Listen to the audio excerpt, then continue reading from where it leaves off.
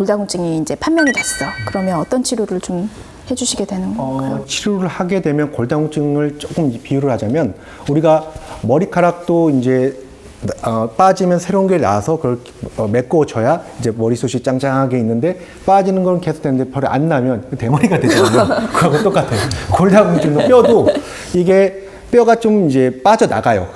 골 흡수라고 하는데 빠져나가면 또 그 빈 부분을 뼈를 생성하는 세포가 왕성하게 작용을 해서 그거를 채워 넣어야 됩니다. 그럼 이제 세포들이 파골세포라고 해서 뼈를 흡수하는 세포가 있고 조골세포라고 해서 뼈를 생성하게 하는 세포가 있는데 그게 너무 많이 빠져나가면은 골다공증이 상시적으로 될 거고 아니면은 어느 정도 빠지는 건 비슷하게 빠지는데 못 만들어요. 그렇게 되면 골다공증이 되기 때문에 그런 거에 착안해서 약제들이 많이 나오고 있는데요. 그래서 아까 뼈가 흡수되는 걸 방지하는 그걸 억제하는 약들 그리고 오히려 뼈를 생성하게 도움을 주는 약들 그리고 아까 말씀드린 여성분들 같은 경우는 어떤 호르몬 불균형이나 어떤 에스트로겐이 약해지면은 그게 골다공증이 이어지기 때문에 그런 여성 호르몬을 보충해 줄 수 있는 약들 세 가지가 가장 대별되는 거고요. 그리고 또 하나는 우리가 이제 뼈의 중요 영양소를 우리 많이 들었죠. 칼슘. 칼슘 같은 경우도 이제 추가적으로 보충을 하고 우리가 비타민 D 있지 않습니까? 비타민 D가 우리 몸에서 칼슘을 흡수하게 하는 어떤 비타민이기 때문에 그 부분도 만약에 좀 부족하다면은 같이 추가적으로 드시거나 보충을 하는 게 좋겠습니다. 그리고 이제 이렇게 관리를 잘 했는데도 뭐 넘어졌거나 어떻게 어쩔 수 없이 어떤 골절 같은 게 생겼다고 한다면 우리가 그때 말씀드린 대로 뭐 수술이나 시술이 적용될 수 있겠는데요. 시술은 아시죠? 저번에 우리 설명한 척추 성형술 이거 저번에 보면 나와요. 네. 그쪽을 참조하시면 될 것 같습니다. 네, 20만 뷰 기록하신 영상 꼭 봐주세요. 네. 근데 이제 그러면 미리미리 예방하는 거 중요하다고 얘기하셨고 그럼 젊었을 때부터 미리 칼슘을 계속 많이 먹으면 골다공증 예방을 할 수 있을까요? 그렇죠. 근데 뭐 칼슘이라는 게 뭐 젊어서는 대부분 많이 먹고 그다음에 또 운동도 많이 하고 그렇기 때문에 뭐 젊어서부터 그렇게 비타민 D 뭐 칼슘 뭐 이런 게 필요하진 않을 거예요. 이제 그런데 또 비타민 D도 굉장히 중요하거든요. 비타민 D가 있어야 이제 칼슘이 내 뼈에 들어가기 때문에 그 비타민 D가 굉장히 중요한데 사실 그 비타민 D라고 하는 거는 햇볕에서도 많이 생길 수가 있거든요. 이제 그렇기 때문에 햇볕 노출을 많이 하는 게 굉장히 중요해요. 또 그리고 이제 골다공증이라고 하는 거는 뼈가 단단해져야 되는 건데 이 뼈라고 하는 거는 살아있는 거예요. 그래서 얘가 살아있다고 느껴지게 만들어줘야 되거든요. 근데 그런 건 뭔가 하면 충격이에요, 충격. 내가 운동을 할 때도 뼈가 내가 이제 충격이 가할 수 있는 이제 그런 식의 운동을 해줘야 되는데 가끔 제가 이제 그 어르신들한테 여쭤보면은 운동 많이 하세요 그러면 운동을 2시간씩 한대요. 근데 얘기 들어보면은 저기 1km 가는데 천천히 가면서 그냥 1시간에 1km씩 가는 이제 그런 운동을 하시더라고요. 근데 그런 건 소용 하나도 없어요.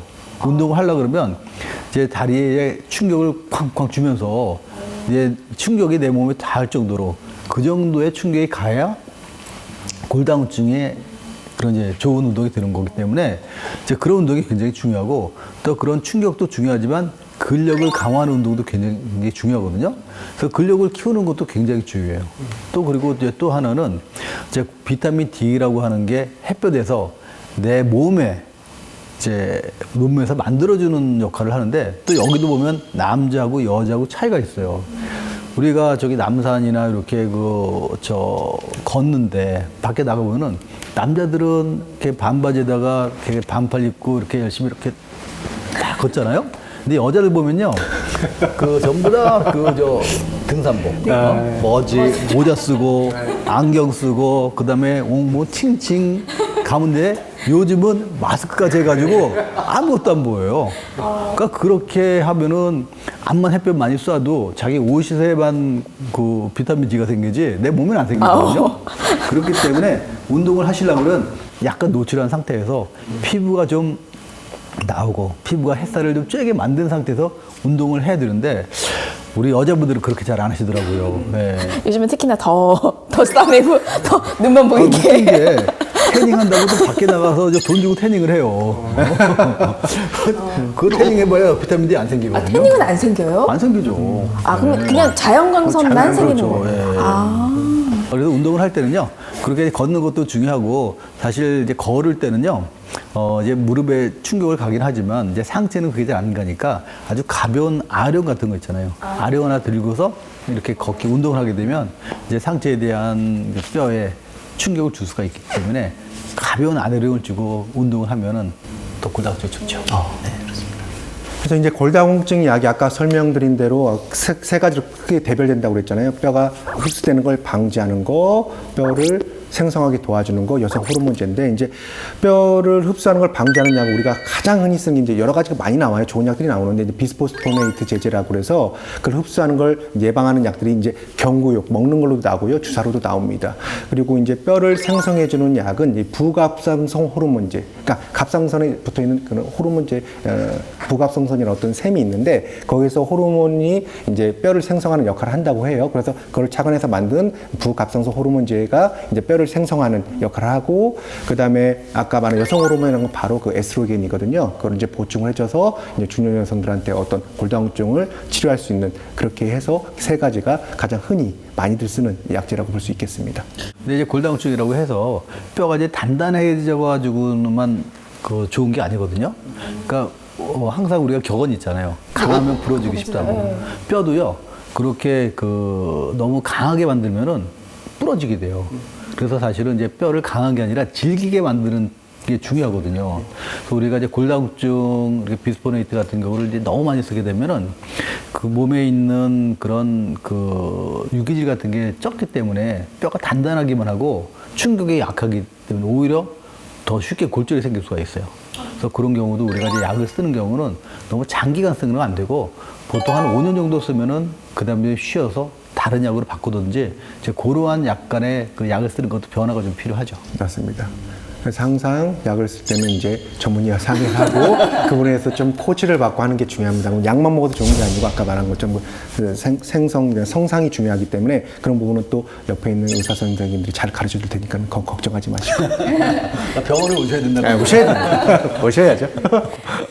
칼슘 섭취, 그다음에 운동, 햇볕 보는 거, 약물 뭐 이렇게도 얘기해 주셨는데 이제 식생활 습관에 대해서도 얘기가 많이 나오잖아요. 그 이제 보통 잘 안 쓰는 분은 일부러 그냥 염분 없는 거, 무조건 염분 없는 거 먹어야 돼, 뭐 칼슘이 빠져나가 막 이렇게 얘기하는데 혹시 그런 게 도움이 될까요? 그것도 굉장히 좀 중요한 얘기예요. 그래서 염분, 특히 거기는 나트륨이라고 있지 않습니까? 우리가 나트륨 섭취 많이들 요즘에 하잖아요. 그 나트륨이 사실은 나트륨 섭취를 낮추면은 그만큼 칼슘이 소실되는 확률을 훨씬 낮출 수 있기 때문에 우리가 저염식 하는 게 좋겠고요. 물론 저염식은 골다공증뿐만 아니라 각종 성인병에서도 굉장히 좋기 때문에 겸사겸사 이제 되도록이면 좀 저염식 하는 게 더 낫지 않을까 생각을 합니다. 예. 그리고 이제 골다공증에서 항상 제일 무서운 게 이제 골절이라고 했잖아요. 근데 그 골절의 대부분은 거의 집에서 일어나는 거예요. 가정에서. 그러니까 잘못된 생활, 잘못된 습관 때문에 이제 조금만 부주의하면은 넘어져서 이제 문제가 생기는 거거든요.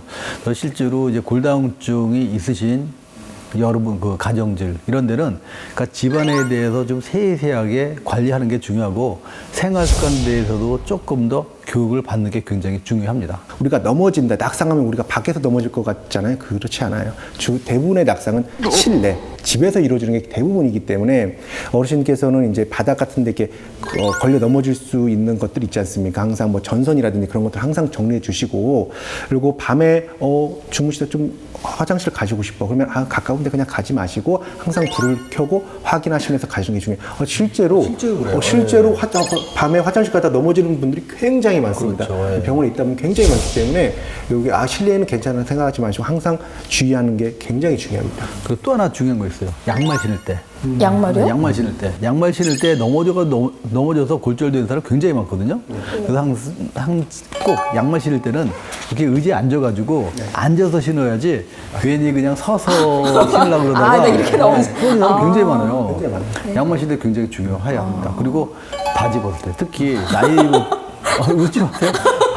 연세 드신 분들, 연세 드신 분들 내복 많이 입잖아요. 내복 입고 벗을 때 그거 굉장히 불편해요. 내복 안 입어봤죠? 모르지 그러니까. 내복 입으면은 그거 입고 벗는 거 되게 불편하고 힘들어요. 그러다가 잠깐 충격 이렇게 비틀거리면 넘어지는 거거든요. 근데 그게 젊은 사람들은 그런 거 잘 요새 내복 잘 안 입고 양말도 이렇게 뭐 안 신기도 하고 또 그렇잖아요. 근데 이제 그런 것들이 연세 드신 분들한테 많이 필요한데 이제 괜히 그냥 이렇게 의자에 앉아서 옷 입고 양말 신고 그러면 뭐가 좀 창피하니까 그냥 서서 입고 하다 보면 이제 탈이 생기는 거거든요. 그래서 항상 그 나이 드신 부모님, 어른 계신 집에는 항상 쉽게 앉을 수 있는 작은 의자 같은 걸 꼭 옆에 둬서 거기서 뭔가를 하셔야 합니다. 아, 이 실질적인 팁 같아, 진짜. 진짜 진짜로. 중요한 집 안에 위험 요소가 있다. 골다공증에 대해서 뭐 좀 심층 이제 탐구를 했는데 오늘도 벌써 시간이 다 지나고 말았네요. 자, 여러분 이제 구독과 좋아요 꼭 누르시고 다음에 또 다른 좋은 주제로 여러분을 만나도록 하겠습니다. 감사합니다. 네, 감사합니다. 안녕히 계세요. 하이.